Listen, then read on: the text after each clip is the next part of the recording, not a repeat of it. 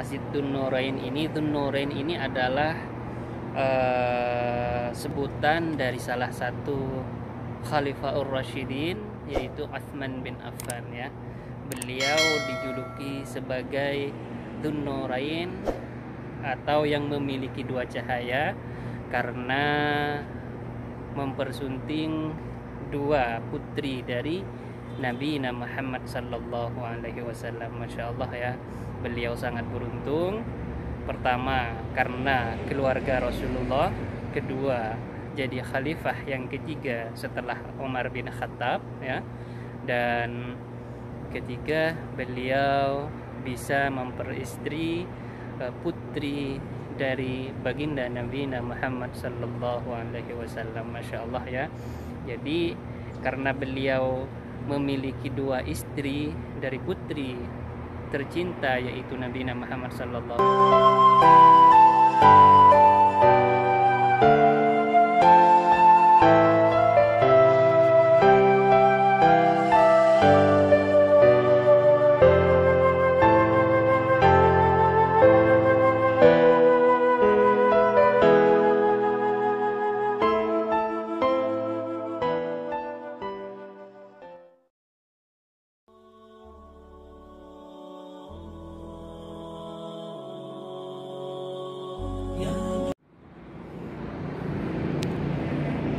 Assalamualaikum warahmatullahi wabarakatuh. Bismillah, alhamdulillah, wassalatu ala rasulillah, amma ba'du. Ketemu lagi bersama saya Rosi Bayung. Alhamdulillah di siang hari, di pagi hari ya, bukan siang hari. Di pagi hari alhamdulillah tetap bersemangat untuk selalu beraktivitas dan untuk selalu mencari nuansa baru ya. Dan alhamdulillahnya sekarang berada di perhotelan di samping Masjid Nabawi. Coba lihat, nah, ini perhotelan di sekitar Masjid Nabawi ya. Masya Allah, tabarakallah ya. Ini hampir mendekati bulan haji ya, tapi sayangnya kemarin mendengarkan berita yang tidak enak didengar. Jemaah haji kayaknya batal untuk berangkat haji tahun 2021 ini ya. Jadi harus bersabar untuk para jemaah haji, harus menunggu keputusan selanjutnya ya. Semoga masih ada koordinasi yang dari dua belah pihak antara Saudi dan Indonesia, sehingga Indonesia bisa mengirimkan jamaah haji tahun tahun 2021. Karena kita tahu pada tahun sebelumnya hajian memang ada, tapi juga Indonesia semua negara nggak bisa masuk. Dan sekarang dari berbagai negara bisa masuk ya teman-teman. Hanya saja Indonesia masih belum bisa masuk ke negara atau kerajaan Saudi. Mungkin karena faktor yang pertama karena COVID-19 ya, karena negara Indonesia ini adalah termasuk dari 10 negara ya terbanyak yang kena musibah COVID-19. Dan sekarang insya Allah saya akan mengunjungi salah satu tempat yang sangat bersejarah yang berada di kota Madinah Al-Munawwarah, dan tempatnya tidak jauh banget dari Masjid Nabawi ya teman-teman ya, mungkin sekitaran 100 meter dan bisa berjalan kaki ya teman-teman ya. Tidak usah naik taksi, tidak usah naik bis dan juga lain sebagainya. Tepatnya di sebelah selatan ya, sebelah selatan Masjid Nabawi, sekitaran lurus pintu 4 kalau nggak keliru ya, atau pintu 3 ya. Kalau sekarang 300 berapa ya, 360-an lah ya. Karena sekarang nomor pintu gerbang sudah berubah ya teman-teman. Masya Allah, tabarakallah. Dan saya sudah dekat dengan tempat yang saya akan kunjungi.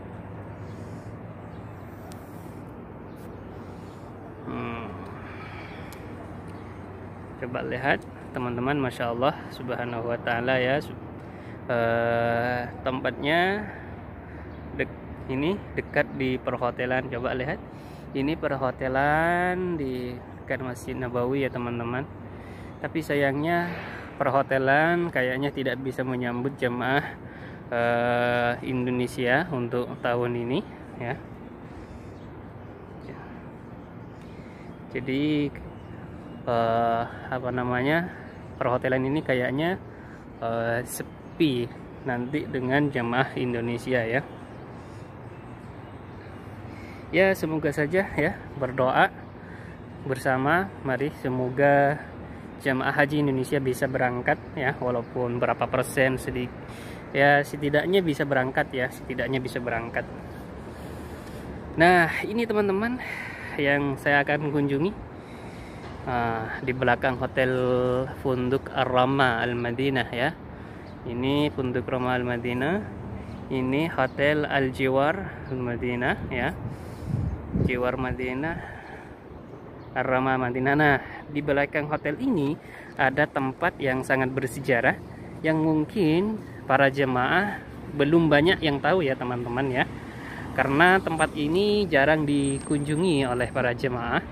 Biasanya jemaah itu mengunjungi tempat-tempat bersejarah biasanya kalau di samping Masjid Nabawi itu ya, biasanya di Masjid Abu Bakar, Masjid Gemamah, Masjid Ali, Masjid Omar, dan Sakifah Bani Sa'idah, tempat dibayatannya Abu Bakar As-Siddiq ya.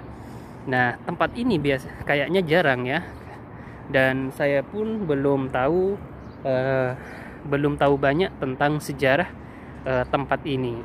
Nah tempat ini adalah masjid ya, Masjid Dzun-Nurain ya, Masjid Dzun-Nurain, dan saya akan lebih dekat lagi untuk melihat masjid ini ya, dan mungkin bisa mengetahui walaupun tidak banyak sejarah singkat dari Masjid Dzun-Nurain ini. Nah Masjid Dzun-Nurain ini apa namanya, biasanya ditempati sholat teman-teman ya, karena sekarang masa pandemi kayaknya masih ditutup ya teman-teman ya. Biasanya kalau hari-hari normal kan, kalau di samping Masjid Nabawi itu banyak tempat-tempat yang bersejarah masjid ya, Masjid Abu Bakar, Masjid Gemamah, Masjid Sayyidina Ali, dan kayaknya yang bisa ditempati Masjid Gemamah bisa ditempati untuk sholat, baik itu sholat sunnah. Kadang-kadang ketika dibuka itu para jemaah biasanya sholat di sana ya, sebagai sholat iktikaf atau sholat sunnah yang lain, sholat sunnah mutlak ya. Dan tempat ini juga biasanya ditempati untuk sholat, baik itu sholat fardu atau sholat sunnah teman-teman ya. Tidak ditutup seperti halnya Masjid Abu Bakar. Kalau Masjid Abu Bakar, Masjid Omar, Masjid Sayyidina Ali memang ditutup ya teman-teman ya, karena mungkin karena fasilitas di dalam apa namanya, kurang tahu saya apa, tidak memadai, mungkin biar semuanya sholat di Masjid Nabawi ya. Dan masjid ini biasanya mungkin para jemaah kalau berangkatnya akhir dan tidak bisa sholat berjamaah di Masjid Nabawi, nah biasanya sholat di sini teman-teman ya, Masya Allah ya. Dan bangunannya tidak seperti halnya bangunan Masjid Gemamah dan Masjid Abu Bakar ya, dan Masjid Omar ya. Bangunannya kayaknya ini, coba lihat, ini cuma ada kubah satu ya, coba lihat ya teman-teman. Nah itu cuma ada kubah satu.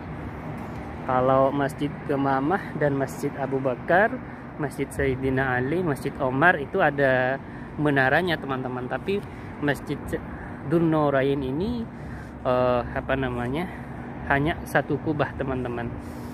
Dan coba lihat, ini pintu umum ya. Nah ini tempat wudhu ya teman-teman, Masya Allah ya. Berarti ini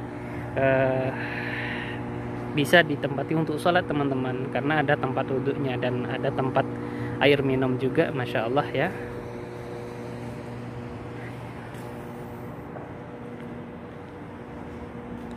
Nah coba lihat, ini ada pelang, ini namanya Masjid Dzun-Nurain ya. Masjid Dzun-Nurain ini.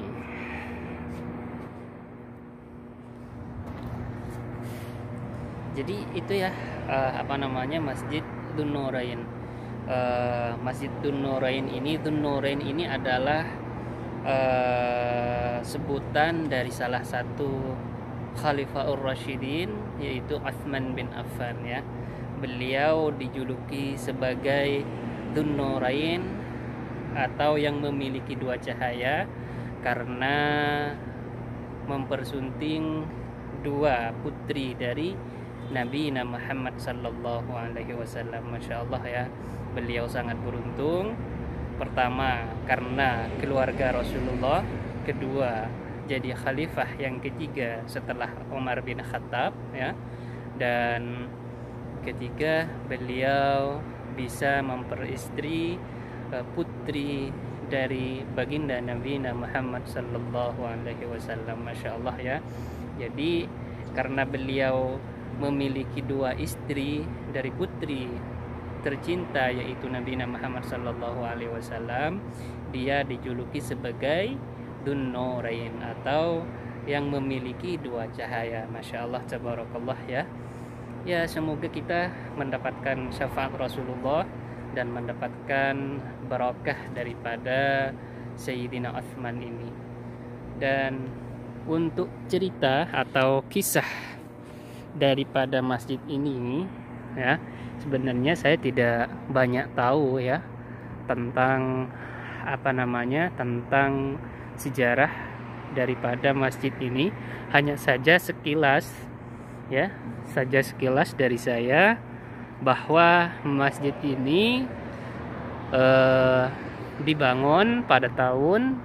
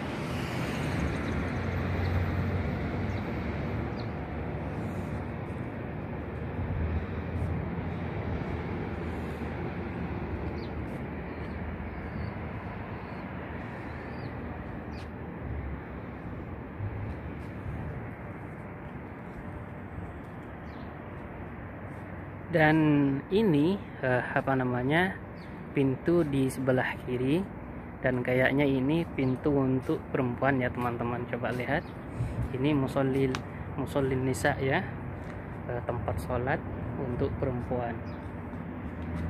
Ini dari bagian ke kiri daripada Masjid Dzun-Nurain ya.